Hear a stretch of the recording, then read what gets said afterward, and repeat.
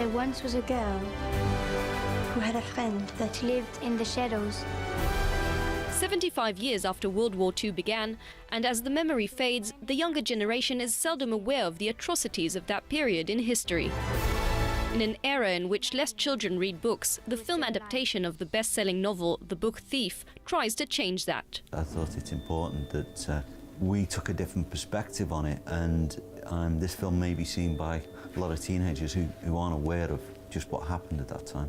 Kids my age don't know a lot about what happened because we learn it later in school. I'm in 8th grade, so I think we learn it in 10th grade. And I think if we start learning it right now, it's even better.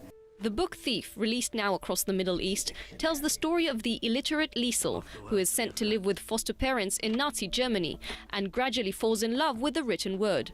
Come, I have a surprise for you. Her first book, The Gravedigger's Handbook, which she walked off with following her brother's funeral, opens a new world for her and for her new father, portrayed by acclaimed actor and Academy Award winner Jeffrey Rush, who managed to keep things light even behind the scenes of a darker-themed film. Jeffrey is like a clown, and there's not one day, even if it's a really hard subject that we were dealing with, there's not one day that I didn't laugh with him.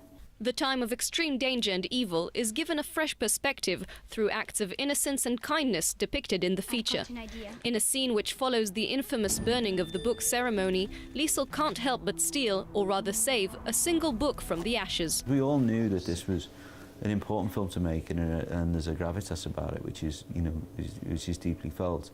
But there's, I think there's a way to deal with that that still makes it enjoyable to watch, and so that people will get the message. Renowned British director Brian Percival, best known for his Emmy Award-winning directing of British television drama Downton Abbey, was immediately passionate to take his first step in Hollywood with the book's adaptation, and retrospectively notes the advantages of working on the big screen. The real difference, I think, is in terms of the amount of time you're allowed to do to get things exactly how you want them to be.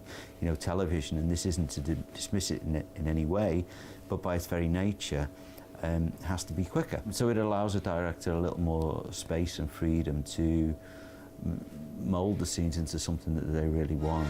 You must learn the ways of the Force. And what do Star Wars or Superman have to do with it? One of America's most accomplished and successful composers for film, John Williams, decided to come on board and compose the film's score. It's incredible, it's the first Hollywood movie, and I got to work with John Williams. It doesn't happen. It just doesn't. So what attracted him to it was that it wasn't the big things that his normal approach for. It was something that was much more intimate and more beautiful and considered and thought out. And so that very nature attracted him to the project. Who is he, Papa? His name is Max. The Book Thief is a look at a dark time from a different perspective, through an innocent child's eyes, but also a visual reminder to the tremendous power of words. You've kept me alive, Liesel.